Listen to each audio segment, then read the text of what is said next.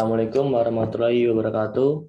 Perkenalkan, nama saya Grace Afril Wisnu Dwi Widakdo dengan NIM 2015 10 60 11 18. Di sini saya akan mempresentasikan hasil laporan praktik lapang dengan judul Usaha Pembibitan Tanaman Hortikultura di Desa Plosorejo, Kecamatan Gampeng-Rejo, Kabupaten Kediri.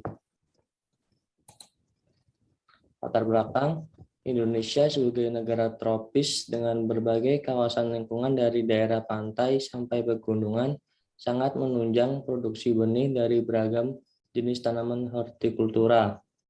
Produk hortikultura memiliki beberapa keunggulan baik nilai jual yang tinggi, keragaman jenis, dan serapan pasar dalam dan luar negeri yang terus mengalami peningkatan permintaan baik dalam bentuk segar maupun olahan. Salah satu desa di Kabupaten Kediri terdapat pelaku usaha di bidang pembibitan benih tanaman hortikultura dalam skala usaha menengah ke besar. Usaha pembibitan benih tanaman hortikultura didirikan oleh Bapak Baharul Ulum pada tahun 2015. Lokasi usaha berada di Desa Plosorejo, Kecamatan Gampeng-Rejo, Kabupaten Kediri. Jenis tanaman hortikultura yang dikembangkan yaitu tanaman cabai, terong, dan tomat. Setiap varietas bibit mengalami perbedaan harga sesuai jenis komoditas sehingga harga benih pun menjadi bervariasi. Terdapat dua rumusan masalah.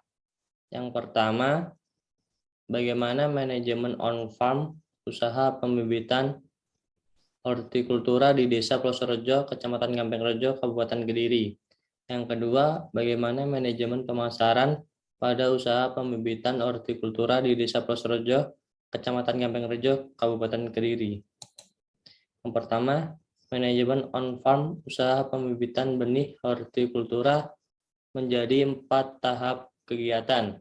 Yang pertama, perencanaan. Yang kedua, pengorganisasian. Yang ketiga, pelaksanaan, dan yang keempat, evaluasi. Untuk perencanaan yang dilakukan meliputi perencanaan produksi dan perencanaan sumber daya manusia. Untuk perencanaan produksi yang dilakukan adalah merencanakan lahan yang digunakan dan bahan baku seperti jenis benih dan tanah. Lahan yang pada usaha tani pembibitan benih sekitar 420 meter persegi. Jenis benih yang digunakan yaitu benih F1, sedangkan tanah menggunakan jenis tanah andosol.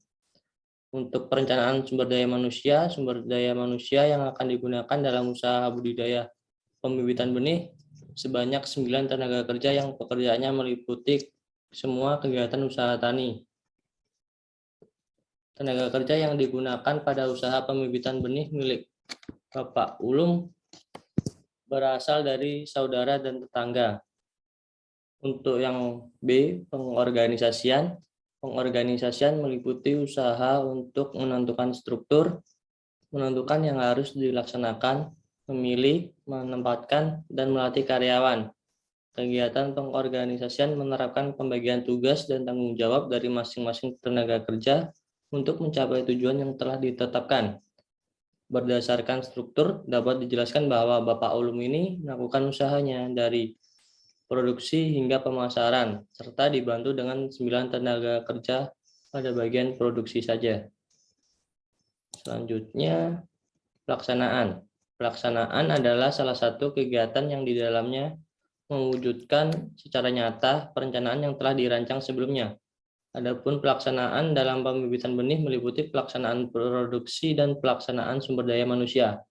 Untuk pelaksanaan produksi dalam pembibitan benih sesuai dengan perencanaan yang telah dirancang, yaitu penggunaan bahan baku dan proses produksi. Untuk bahan baku utama yang digunakan benih dan tanah.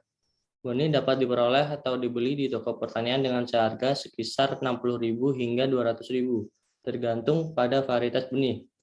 Untuk tanah dapat diperoleh dari teman Bapak Ulum dengan seharga kurang lebih 250.000. Untuk pelaksanaan sumber daya manusia, usaha pembibitan benih milik Bapak Ulum memiliki 9 tenaga kerja berasal dari saudara dan tetangga. Usaha pembibitan benih ini merupakan usaha pribadi dengan skala menengah. Dalam produksinya, usaha ini merupakan usaha yang dilakukan 3 hari dalam seminggu. Bagian produksi bekerja pagi dengan durasi 4 jam per harinya. Bagian pemasaran ini dilakukan sesuai kondisi lapang. Jika telah selesai produksi, maka langsung mengantarkan ke konsumennya atau ke petani. Untuk evaluasi pada kegiatan usaha pembibitan benih dilakukan pada masing-masing kegiatan usaha, baik kegiatan produksi dan sumber daya manusia. Seluruh kegiatan tersebut dilakukan pengawasan dan evaluasi. Untuk evaluasi produksi, pembibitan benih dilakukan untuk menjamin supaya proses produksi berjalan sesuai rencana. R/C rasio tanaman cabai sebesar 2,82. Artinya usaha pembibitan benih ini untuk tanaman cabai ini layak dijalankan.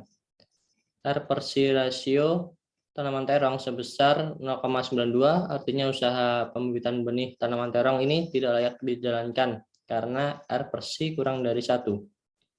Untuk R/C rasio tanaman tomat sebesar 1,27. Artinya usaha pembibitan benih tanaman tomat ini layak dijalankan.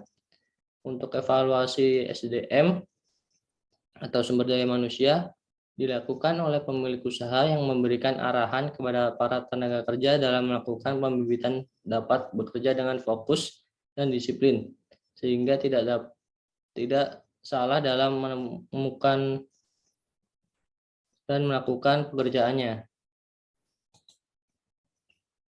Untuk manajemen pemasaran usaha pembibitan benih, pemasaran adalah sistem umum dari semua kegiatan bisnis yang bertujuan untuk merencanakan manajemen pemasaran pada usaha pembibitan benih ini. Yang pertama, melakukan riset pasar terlebih dahulu seperti melihat target pasarnya. Dengan hal itu, usaha pembibitan benih ini akan berkelanjutan. Yang kedua, menjual produk secara online melalui WhatsApp. Yang ketiga, bekerja sama atau bermitra dengan Gapoktan atau gabungan kelompok tani di sekitar desanya. Yang keempat, menerapkan harga yang terjangkau dan relatif murah dengan kualitas yang terbaik.